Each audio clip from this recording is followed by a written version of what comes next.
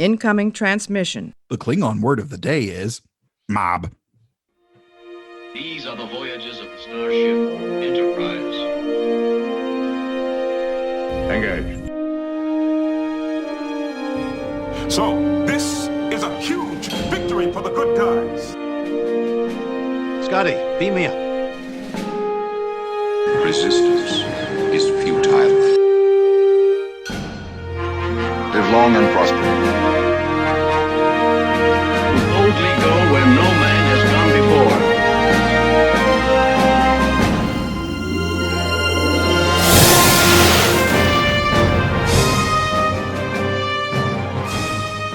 Greetings and welcome to the Computer Resume podcast, the show covering the entire Star Trek franchise in chronological order for fans new and old. I'm your host, writer-comedian Mr. Todd A. Davis. You know him as a senator's son, a millionaire's son, a military son. We are the fortunate ones to have back on the show this week, Mr. Justin Bishop. Yay! Justin Bishop, yay. Yeah, I like your Creedence Clearwater Revival reference there. Also like the way you say mob. Mob? Yeah. Mob? Yeah, mob. Mob? Because it's weird because there's things that are spelled like normal English words in the Klingon. It looks like mab. Yeah, it looks like mab. There was one a few episodes ago that was jab, and I was like, it can't be just jab. Like there has to be some sort of weird, guttural pronunciation to it. But as far as I know, it's spelled M-A-B, so it gets pronounced mab. So how you been, man? It's been probably about a week or so since we recorded. It's been a week because we didn't do our other podcast this week. That's true. So I saw you posted on Instagram you watching the episode. Thank you. And it seems like a good way to prepare. Yeah, to actually watch the episode. Actually watching it. What else have you been watching? The Expanse. Oh, yes. I'm like 5 or 6 episodes into season 1, so I'm very early on, but it kind of rules. Is this the first time you've watched it? Yes. Because our good friend Will Benton, who I'm sure will make an appearance on this show at some point. Yeah, he recommended it to me. Yeah. I had watched the first couple episodes a while back before Amazon acquired it, when it was still on whatever channel it was on before. Mm-hmm. But before it was an Amazon original. I did watch the first couple episodes then, and I liked it, but I think I was watching too many things at once and just didn't have time. And yeah, I recently picked it back up. So nice. Yeah, I've heard good things. And of course, well, I remember a while back, this was probably in season 1, and a movie like reviewer or film site writer that I read called it the first show that felt like it was like picking up Battlestar Galactica's mantle. Oh. Like the first show since Battlestar. That's high praise. And Battlestar Galactica is my favorite TV show. Yeah. So I've always been like, well, I should probably watch this show. And I've been watching. I watched Falcon and Winter Soldier like everyone else this week. So yeah. Like everyone else who is alive. I've been watching The Good Place a lot. It's a good show.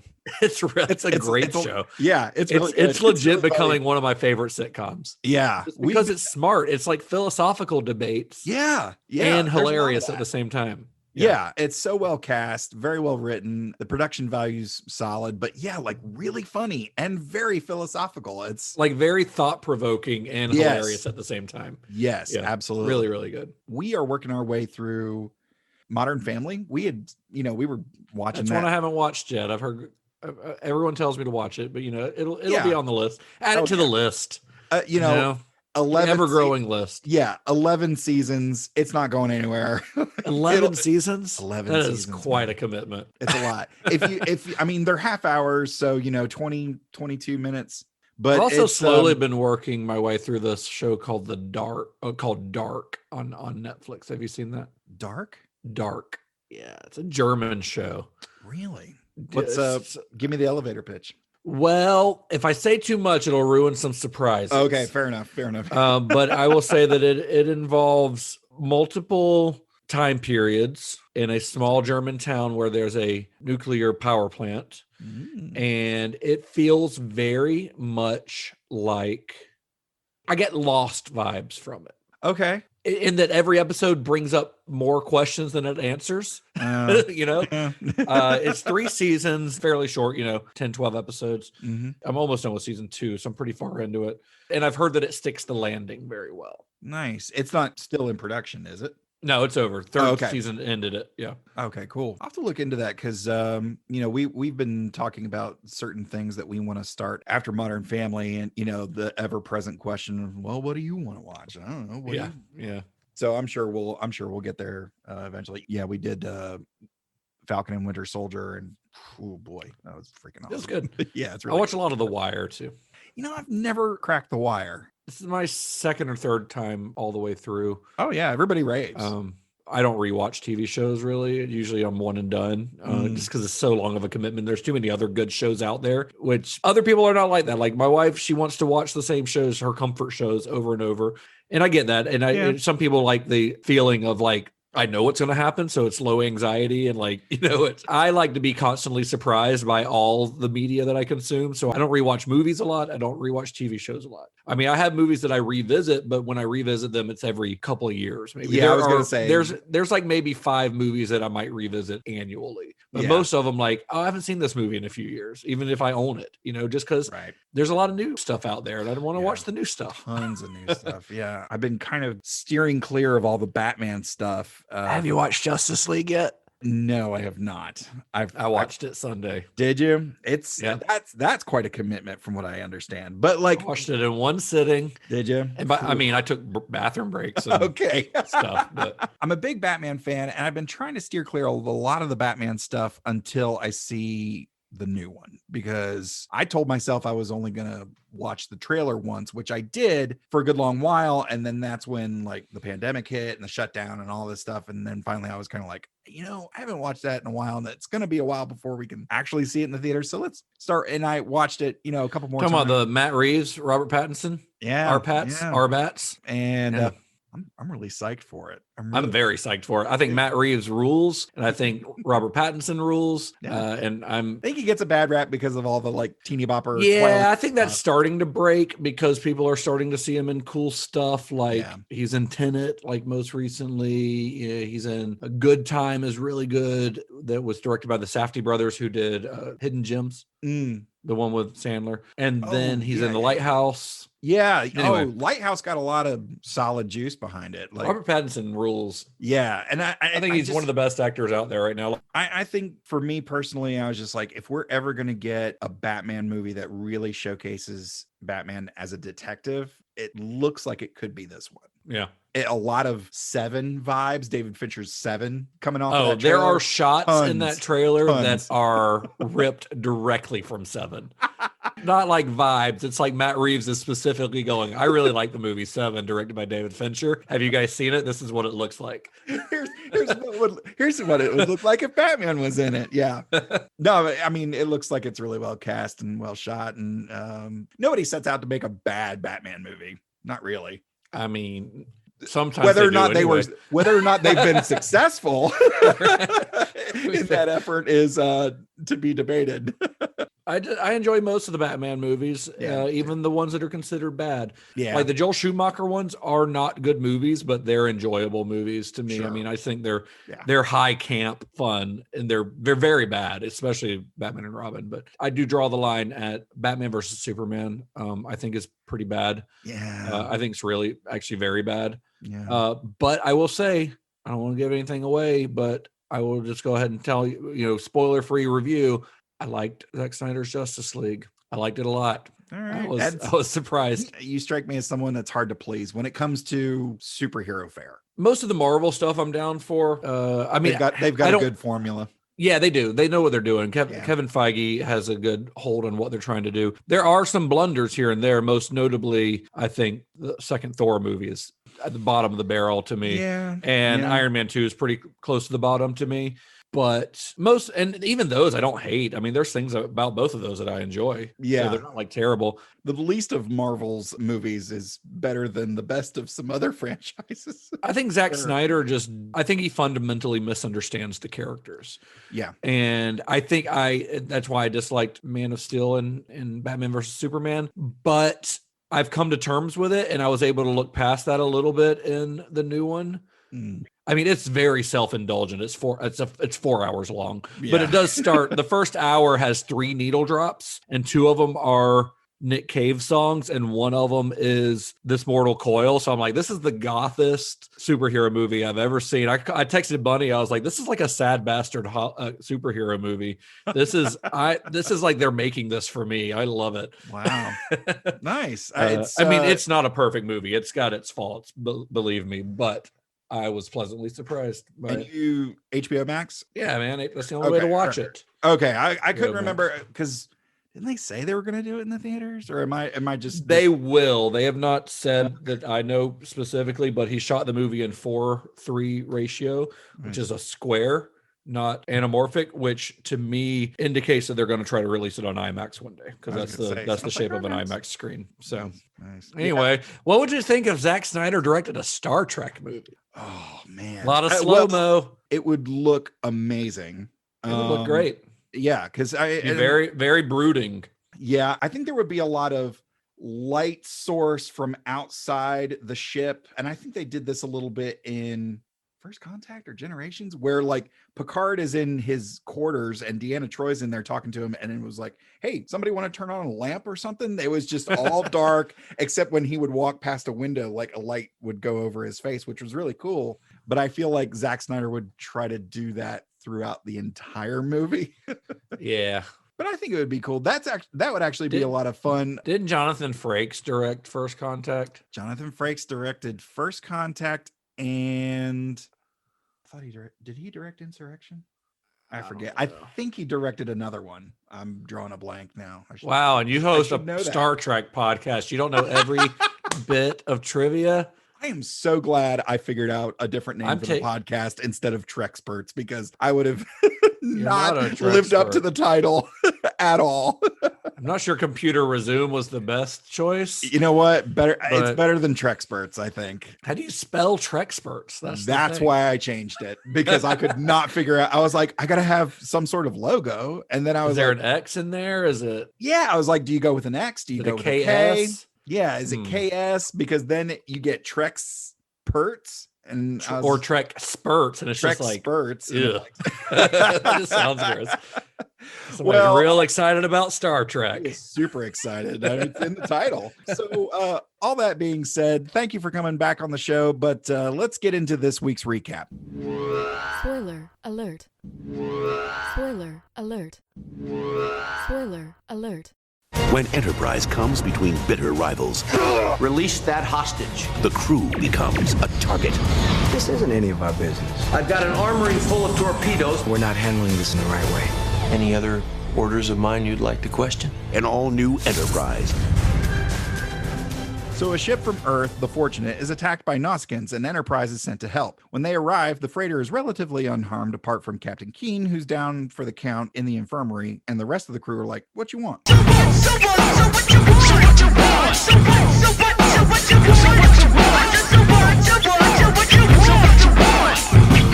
While helping with repairs, T'Pol detects a Nausicaan biosign. Yeah, a little too rare. Commander Matthew Ryan and his men are secretly torturing a Nausicaan, asking him, "What is the airspeed velocity of an unladen swallow?" Commander Ryan admits the Nausicaan pirate is their prisoner, but refuses to let Starfleet personnel see him. And Archer's like, "Well, give me all my stuff back." Ryan seemingly relents, but as Archer and his away team enter the cargo section of the freighter, the cargo pod is suddenly jettisoned away with the team inside. Before Fortunate warps away, it attempts to damage Enterprise to delay pursuit. Enterprise recovers its people and chases after him. Meanwhile, Fortunate arrives at the asteroid used by the Nausicaan pirates, but discovers the acquired shield codes are useless. The pirates attempt to board the freighter and rescue their boy just as Enterprise arrives and begins to engage the Nausicaan ships. Archer is able to make a deal. They can return the Nausicaan captive, and the boarding party will stand down. Give me the whip. Throw me the idol. No time to argue. Ryan is uncooperative until Travis Mayweather pipes up saying, Well, you're not talking about justice, you're talking about revenge. Ryan relents. Later, Archer and Captain Keen discuss Ryan's actions and his demotion back down to Buster. Keen's like, "Yeah, he messed up, but that's kind of our thing out here." And Archer's like, "I don't know what that's like," then hits his head on a beam as he walks out the door. Did I hit it all, Justin? Yeah, I think you got it. I think you got all that. the standoff, that's not a Mexican standoff. The Mexican standoff is like to death of like Mexican standoff is you got three people and they're all pointing their guns at each other. Think of Reservoir Dogs. See, I was thinking Inglourious Bastards, but at least we're both thinking Quentin Well, Tarantino. Tarantino's a big fan of the Mexican standoff. Okay. But yes, it's where you've got three people. They're all pointing their guns at each other. That's a Mexican standoff. I don't know why it's called that. Maybe it originated in Mexico. I don't know. Maybe. That's weird. So did you like this episode? You haven't watched all the rest of them between this one and the last one you did, right? No, I haven't. I have not watched the ones in between. This episode was fine. No. Fine. It's not bad. Just feels like a filler episode of a syndicated television show. Yeah. I feel like with Archer asserting himself of like, hey, if you're not going to let us help these people, we're not helping you. We're going to take back all of our stuff. I feel like, all right, somebody's cojones are barely fitting in their jumpsuit. Yeah, I mean, he definitely seems like he's becoming the captain that he's supposed to be or whatever, you know? Yeah. Like he feels like he's a little more comfortable in the role. Yeah. If that makes sense. Yeah, I think I talked with either Ren or JP about this, and I want to bounce this idea off of you. How would you feel if Enterprise had been a trilogy of movies instead of 4 seasons of a show? That might work better, Yeah. honestly. The concept of Enterprise, the maiden voyage of the original, like first Enterprise and exploring early warp technology and all this stuff, it's very interesting. But how many stories do you really have out of that? I mean, you could. I mean, I guess there is a version of a prequel series of Star Trek like this that could tell compelling stories every week, I guess. And it's not like this story was bad, but it's, it is a filler episode. Yeah. Although it does work as like a good character study of Travis Mayweather? Yes. Yeah. Mayweather. I think the last one you were on was the episode Hoshi builder episode. for Hoshi. Yeah. Yeah, which I like those types of episodes. I think those are fun. The rest of the cast and crew of the Enterprise, other than Archer and Mayweather, have very little to do this entire episode. Yeah, that's like, true. I know to Paul and the doctor, Fake McCoy, he like, what's his name? Trip Tucker. Okay. I don't like him. I think we established that last time I was here. Right. But he gets to, I guess, command the ship for a little while because Archer's off doing other stuff. But yeah, most of the cast doesn't really have a whole lot to do in this episode. Star Trek has always kind of done this, where it introduces a guest star and character that's not part of the main cast, and they become a big part of the plot. Like Star Trek's always done that.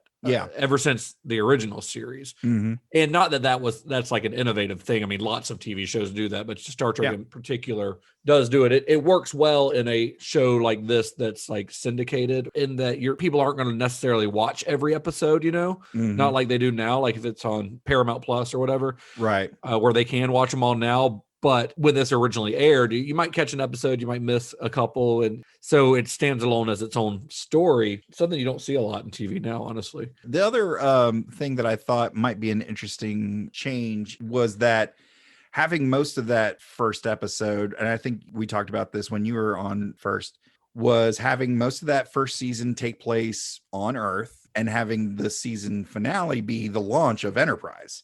Yeah, and that would be cool. Yeah, and and as much as I love Travis Mayweather, having Archer as the helmsman and having Admiral Forrest in the captain's chair. And then because of the wars or whatever that they get into later on, maybe Admiral Forrest is killed in battle and Archer has to take the captain's chair. And then things play out from there. So we talked a little bit before we got into the recap about different people putting their spin on the Star Trek franchise. Zack Snyder being one. What do you think a Quentin Tarantino Star Trek? Because I mean, there's been talk of a Star Trek movie directed by Quentin Tarantino. So all of that aside, what do you think a Quentin Tarantino Star Trek would look like? First of all, that's never going to happen. I don't care how much Tarantino talks about it. It's never going to happen because Paramount's not going to put up $200 million for an R-rated Star Trek movie because that limits your audience and it limits your box office. Yeah. Also, I don't like the idea, and I'll answer your question in a second, but no, that's I have a lot fine. of thoughts on this. No, please. I don't like the idea of someone like Quentin Tarantino doing a Star Trek movie because I like his original ideas. I don't want someone like that bogged down in a franchise. Franchise comes with a lot of rules. It does. Like, I know that he talked like years ago, talked about how he always wanted to do like a James Bond movie. Would a Quentin Tarantino James Bond movie look cool? Yeah, it'd be cool. It'd be pretty cool. I'm sure that he's seen them all a million times, and I'm sure he would do some fun stuff with the tropes of James Bond. But also, he'd still be under the thumb of Eon Productions and the Broccoli family. Just like here, he'd be under the thumb of Paramount and the Roddenberrys. And Tarantino's a director where I want somebody to just go, here's $80 million, do whatever you want. And let him tell an original story, because I think he's a great director. I love this stuff. I don't know what I would think of an actual Tarantino movie if it came out. I'm sure I would enjoy it because he's yet to make a movie I don't enjoy.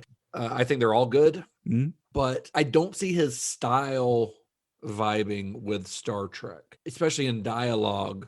Yeah. I mean, and he can write other styles, like especially if you watch Kill Bill, which we covered on the CinemaShock podcast recently. If you want to check that out, cinemashock.net. Oh, yeah.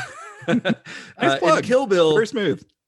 He does do a thing where he has different styles of dialogue in that, like in that very first scene with spoiler alert Beatrix, where she goes to Vernita Green's house and they're fighting, and then they have their little chat in the kitchen afterwards. He's doing a very stylized type of dialogue there that feels like a samurai movie, very proper way of speaking, and almost like you're reading the subtitles, like translated version of the dialogue. Just the words, the way they're saying is not like how either of them talk for the rest, or well, Vernita's not in the rest of the movie, but it's not how the bride talks for the rest of the movie. Right. She's speaking in a very like distinct way.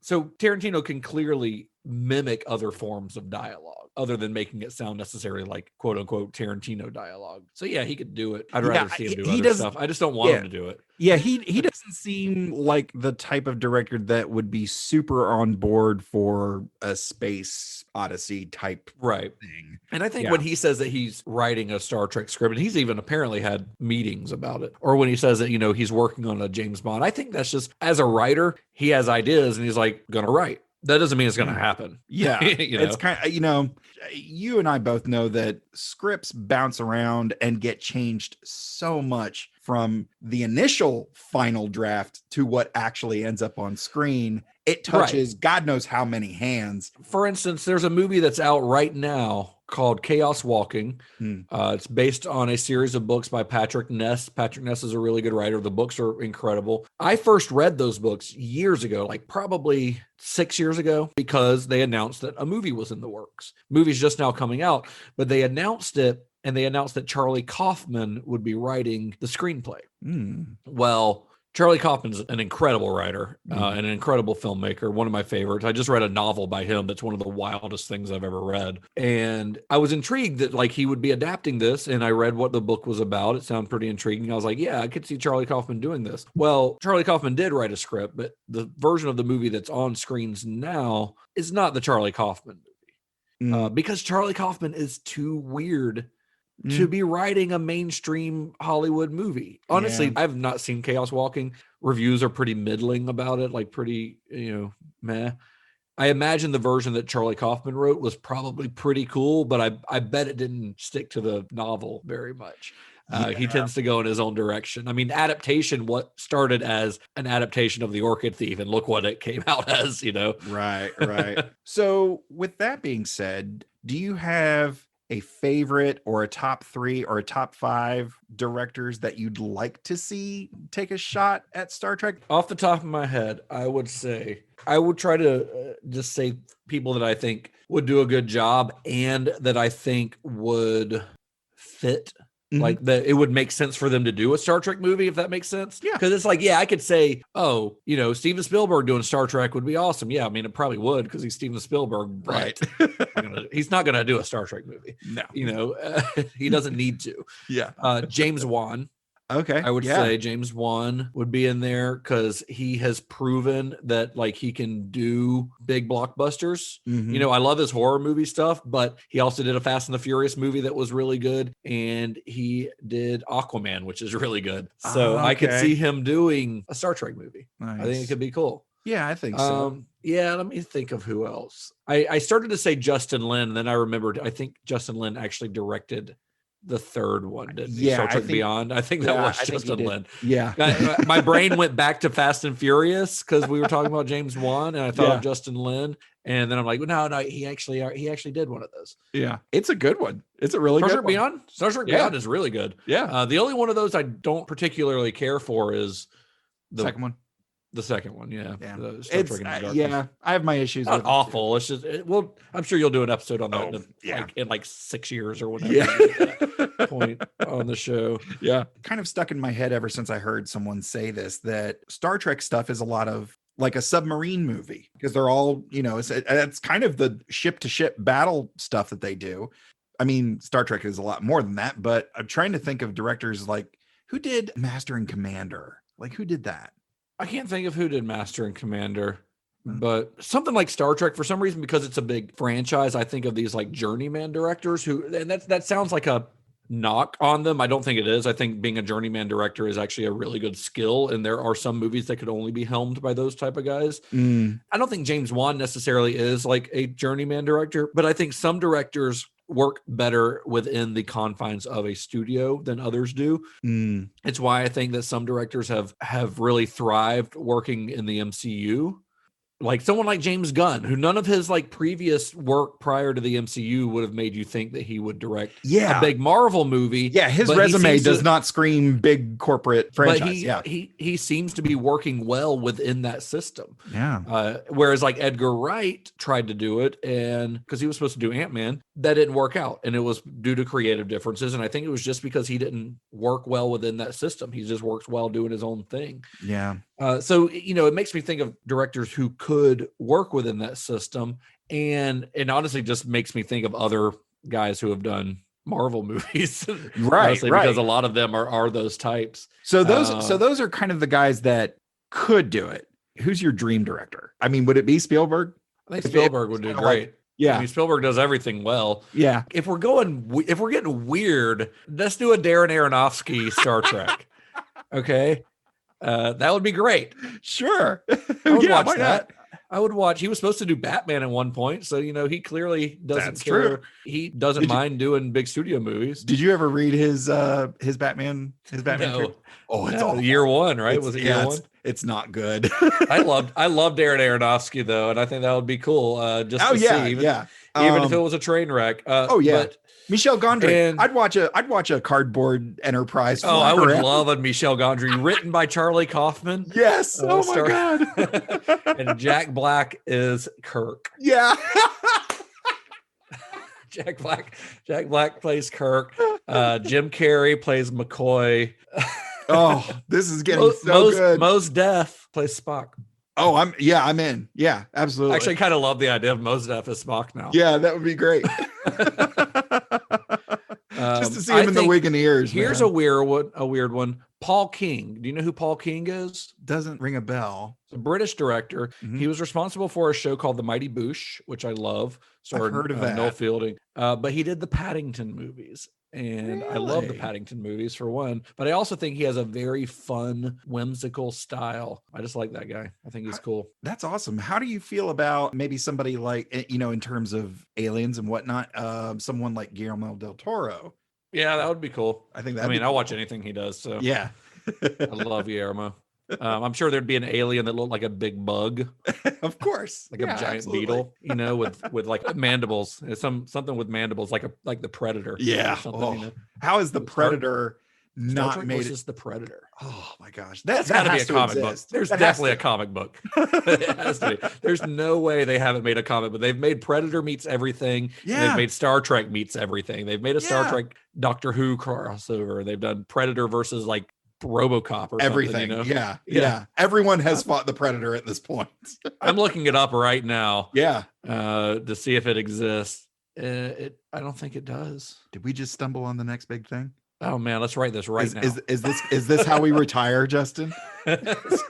Wait, do we pitch it as a comic, or do we go ahead and just pitch it as a film? Because can you imagine the Predator fighting Worf? I'll even go ahead and say, like, a Predator brings the rest of his pack. He's in a pack of 3. Go ahead and put him up against a Borg cube. I mean, they're kind of easy targets because they just sit there. Yeah, Well, they have, yeah. Well, that's the thing. I feel like the Predators' energy, unless this leads up to them assimilating one of the Predators. Oh, it's gonna happen. Borg. We get a Borg Predator. That's dope. I think we're onto something. Oh man, yeah, I think we're onto something. Yeah, I'll make some notes. I always do. Hey, I got a question about this actual episode. Sure. Because we haven't talked too much about it, but the Nausicaans. Yes. First of all, they look silly. They look like someone was trying to draw a Klingon and decided to add some tusks or something. I feel like they're somewhere between a Gorn, like the alligator looking, aliens. From the original series. That's the only. If they had sex with Captain Jack Sparrow, like it would, like you would get a Nausicaan. They've been in Star Trek before, though, right? I mean, I just looked it up, so I know they have. I say I'd never seen them before. I apparently have, because they were in a couple episodes of Next Gen. I was about to say, if they were anywhere, I bet you they were in Next Gen. They were in an episode in season 6 with Q called Tapestry. Yeah. According to Memory Alpha, which is what I'm looking at right now. But I don't remember them, and I don't know. I was just curious if they were like a regular occurrence, but yeah, they've only made a handful of. They've made 11 appearances in Star Trek, mostly in Deep Space Nine. So, okay, that makes sense. Yeah, I think every show has one alien race that's considered "quote unquote" the bad guys of that particular show, and I think for Enterprise, I think it's more the Suliban. That look kind of like lizard. Have we met them yet? Yeah, we've seen them. They were in the pilot, actually. They were enhanced and they kind of looked like Gak. Are they the Jello people? Yeah. No, they're not. They're not the shapeshifters. Not the shapeshifters. They can turn invisible and they've got like a bunch of enhancements, like biomechanical enhancements. Those are the ones that we see in the pilot. They end up being some major players later on, season 3, season 4. So let's go ahead and get into the trivia. This particular episode was written by James Duff. He's got credits on Enterprise and Picard and a lot of TV stuff. And he was the head writer, showrunner, executive producer, and occasionally directed episodes on The Closer. This episode was directed by Mr. LeVar Burton. Who's that? He had a role. He had a bit part on an episode of Community. Set phasers to love me. That's probably where most people. For what it's most well known for. No joke though. I think LeVar Burton seems like one of the nicest people alive. Yeah, he seems like if you worked at the same place that he did, and you passed by him in the hall, and he looked at you and goes, "Hey, Justin, how you doing?" And you go, "Oh, I'm good." And you kept going by. He strikes me as the type that would put his hand on your shoulder and go, "How are you doing?" Like he would know instinctively. And at that point is when you break down. I just can't handle it, LeVar. So guest starring in this episode is a guy named Lawrence Monoson. Who? Say who? You would think Lawrence that Manoson? Manoson. Is that Ryan? That's the Ryan? Yeah, he's Commander Matthew jerk. Ryan. Yeah, he's kind of jerk in this one. After his turn on Enterprise, he would appear in the classic Starship Troopers 2, Hero of the Federation. Oh, hey, also starring Casper Van Diem, right? Yeah, probably. But back in 1984, he was in a little movie called Friday the 13th, the final chapter. What'd you think of that one? I'm not big on the Friday the 13th franchise. I like Nightmare on Elm Street and Halloween. I mean, here's the thing with Friday the 13th movies is most of them are not good, but I still like most of them anyway. Okay, fair enough. I just accept them for what they are. The final chapter, that was number 5, maybe. I can't remember. I just bought the Blu-ray box set, so I'm going to dive into them. I just got the whole series on Blu-ray. So I will be diving into those soon because I haven't watched them in a few years. But I'm by no means a Friday the 13th expert. I've seen them all. And I've seen them all multiple times, but it's been a while. Nice. Yeah, I was going to say, you and Gary tend to lean more towards Michael Myers. Understandably, Michael Myers is awesome. Oh, so also guest starring in this episode is Kieran Mulrooney. He plays Shaw. He's kind of like the flip side of the coin to Commander Matthew Ryan. He's just kind of like, I'm not really on board with, kidnapping and torturing this guy, Oh, that guy with the glasses? That guy. No. Does he have glasses? No.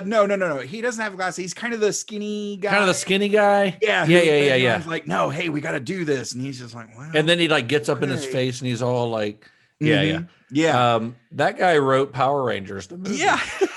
He is the writer of such masterpieces as 2017's Power Rangers, also Sherlock Holmes, A Game of Shadows, and Geostorm. Wow, I don't know what Geostorm is, but I know that I never saw the second Sherlock Holmes movie because I didn't like the first one. Oh, really? They're fun movies. It's Robert. But let me tell you, that Power Rangers movie, and Miles is going to hate that I say this, but I say it to him regularly. 2017, if you go on my Letterboxd, I'm at Justin_Bishop on Letterboxd. I rank my movies like that are coming out that year. You know, like every time I see a movie, I rank it that way at the end of the year when it's time for a top 10. They're already ranked. I don't have to ready. sweat over it. Yeah, you're ready. Power Rangers was dead last in 2017 for me. Literally at the bottom of the list. That movie is... Which means you actually saw it. In the theater. In the theater? Yeah. I saw it in the theater. Oh my God. Yeah. By myself, but I saw it in the theater. I've joked with our good friend Miles about Power Rangers as well. He loves Power Rangers. He loves, and I've written a joke that I do in my stand-up about him loving Power Rangers. I'll spare you here, but he's a big Power Rangers guy, and I'll go ahead and admit it was staring me in the face for a long time of like, hey, here's the Power Rangers movie, and I'm like, no, I'm not going to watch Power Rangers. But every now and then when I would flip through looking for movies, Power Rangers would pop up, and one day I was just kind of like, all right, it's going to be terrible, but let's go ahead and just get through this. And I sat and watched it, and it's not good, but I think maybe because I had my expectations so low, I was not as disappointed as I mean, the cast is very good. Yeah, the cast is generally. Yeah. And I mean, they threw money at that thing, so it looks decent, but and I love Elizabeth Banks, so I want I like Bryan Cranston. Her. Bryan Cranston. I'd watch him read a phone book. Yeah. So Kieran Mulrooney, before both of his appearances in the Star Trek universe, he was also in a Next Gen episode, which we'll get to that later. Other than those, he will forever be known as Timmy, the character who rebukes George Costanza on Seinfeld for double dipping the chip. Oh, that's him at the funeral. That's the guy.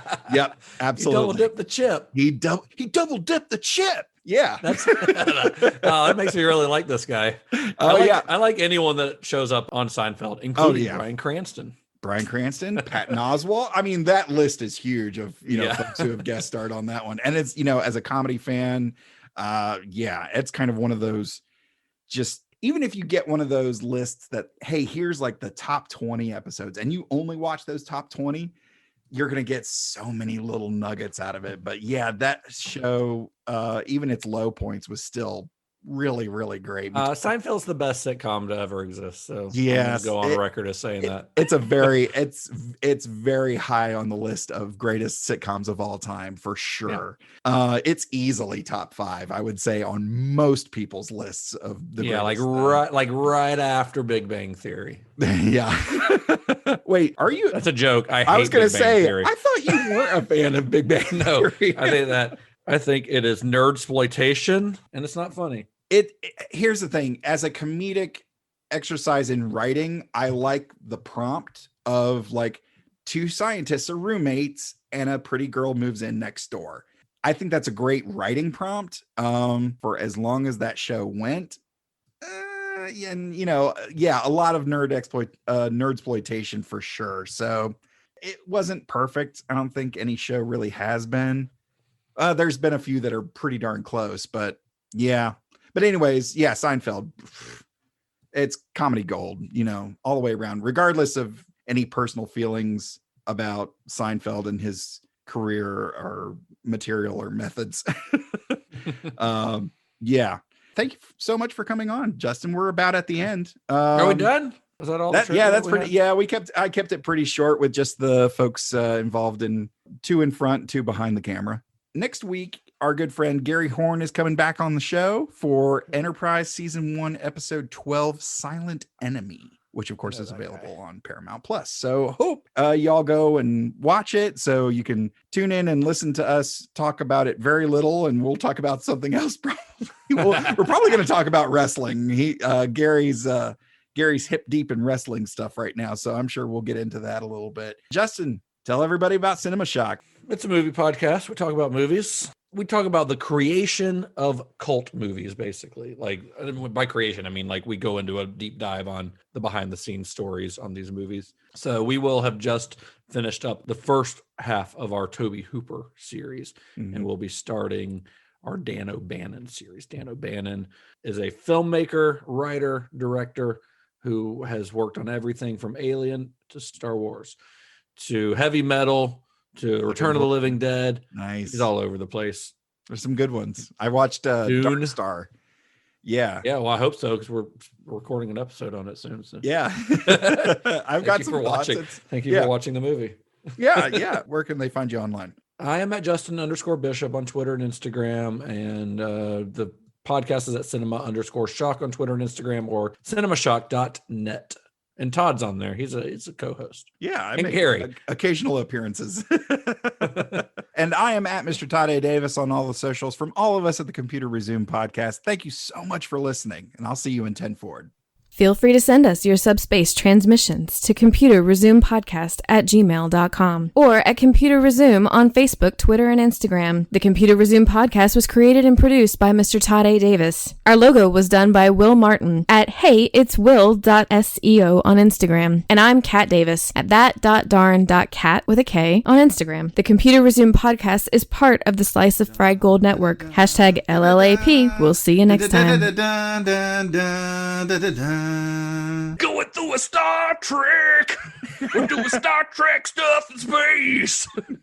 We probably got some phasers and shuttle pods, and we're gonna find a brand new race. What about a Tim Burton Star Trek? Tim Burton from the early 90s or Tim Burton from now? Let's not limit him. If it's early 90s, then yeah, I'm down, because that's when Tim Burton was really good. If it's Tim Burton from now, then he's just going to phone it in, and he's going to have a really hard time fitting in Johnny Depp because there are so few hats in Star Trek.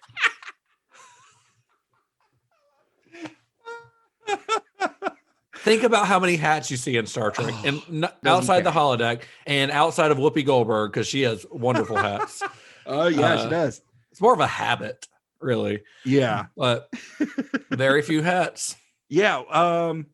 Somebody's on Twitter right now going, like, writing a list of hats. Of Star Trek hats. Show these Star Trek I'll show idiots. them. There's so many hats in Star Trek. These dumb idiots. As he adjusts his own hat, his little fedora. Yeah, there you go. Who does Helena Bonham Carter get cast as? Deanna Troi. Okay. Oh, wow. I don't know. Like, showing up to her as my therapist. Like, I picture the same outfits, but like her hair is all strung out and wild. Yeah, like Beatrix, like in Harry Beatrix Potter. Lestrange. Yeah. And smoking a cigarette. Like I picture her smoking a cigarette as well. Always. If we're talking next gen and Helena Bonham Carter is Deanna Troi, Johnny Depp has to be Data. Yeah. He wants to wear the funny makeup. Yeah, he wants to wear the contact lenses. I almost said Worf until you said Data, and I was just like, oh, that's perfect. Well, Vin Diesel is Data. I mean, is Worf. Oh, Vin Diesel. Yeah. Oh, Vin Diesel is Worf. We're just fan casting now. Yeah. Vin Diesel has no connection to Tim Burton at all. Vin Diesel is Worf because he's got the forehead for it. I mean, of course. Oops, all forehead is what he is. Well, Gary and I were talking about like how Vin Diesel has not been in a Star Trek property is amazing at this point. Like not even as perfect for a Klingon, to be honest. Yeah, or like an Orion slave trader or something. He's got like the that. Voice, and he's got I don't know, his fate. Because he is bald, I guess. I mean, it feels like it lends itself, and he's huge. Yeah, I mean, he's a big dude. Gosh, I'm trying to think of rounding out the cast here. Who else? Well, we got Geordie LaForge. Who's going to play Geordie LaForge? You want to double cast Mos Def? Mos Def again. It's Mos Def. We'll just have Mos Def in every version of Star Trek. And then you've got Dr. Crusher, who I'm going to cast Amy Adams as Dr. Crusher. Solid cast. Yeah. Wesley Crusher. I saw someone cast Christina Hendricks as Dr. Crusher. I was like, okay. Yeah, I mean, she's got the red hair. Yeah. I mean, if that's all we're going on, I guess. Yeah. I mean, it's not that she's a bad actress. No, she's great. Christina Hendricks is great. Yeah. I don't see her as a doctor, but yeah, I don't really. Maybe it's because I've mostly only seen her in Mad Men. Yeah, and or as the mother of a teenager, like yeah, doesn't really have that. Who's going to be Wesley? I'm casting Spider-Man. Tom Holland. He's 23 years old. Yeah, like 25 or something. He does still look like he's in high school, though. Come on. How about? Unless you're talking season 1. How about this? How about this? We're flipping it. Millie Bobby Brown. Wesley Crusher is Millie Bobby Brown. We got Worf. We got Data. Who are we forgetting? Who's the doctor? No, that's Crusher. Yeah. We're forgetting someone. Oh, Picard and Riker. Picard and the two. the two main ones. Well, who's got a great beard? Here's where we're going. Here's where we're going with this version of Star Trek. Yeah. Gerard Butler is Riker. Oh, current, not 300 like jacked Mr. Abs Gerard Butler. I mean, like current Gerard Butler, who's just kind of frumpy and looks like he's hungover all the time. That Gerard Butler who does the Angel Has Fallen movies, like that version, exactly, which I love. Honestly, they're fun. They're a lot of fun. So there's you've got hungover Riker, which seems fitting. Honestly, somehow it just seems like it. So he'll still lift his leg over the chair, but when he dismounts, he'll just put his foot on the chair and kick it over. No, he's just gonna. Well, when he does the over the chair, he grunts. Every now and then a little fart slips out. And then Picard, you got to pick somebody bald. So Jason Statham. Oh, see, I was going to go Christian Bale, but yeah. And he's British. Yeah. And he will drop kick a Borg. Yeah, he will. Oh, yeah, he will. I mean, it's fan. Who cares? Yeah, it's fan casting. Jason Statham is Picard. Jason Statham is Captain Picard. Oh, this is going to be. Now, you got to do a Jason Statham voice saying, "Make it so." Can you do it, Todd? Do you have this in you? Yeah, I think so. I have to warm up with like a potato. I'll take my shirt off and beat him to death with it. Order your Earl Grey tea in that voice. Tea, Earl Grey, hot. That's not bad. That's pretty good. Let's stay It's pretty good. Make it so. Engage. Shut up, Wesley. Dr. Crusher. Dr. Crusher, you and Deanna Troy in my ready room. I'll be ready. That's a problematic Picard, but it's Jason Statham. What do you expect? Yeah, Jason Statham and Gerard Butler. This is problematic Star Trek. That should have been the name of your podcast. That's it. I thought Trek. I had a better name. That's what it's going to be. Oh my God. How's that for a slice of fried gold? Oh. More fish for Kunta.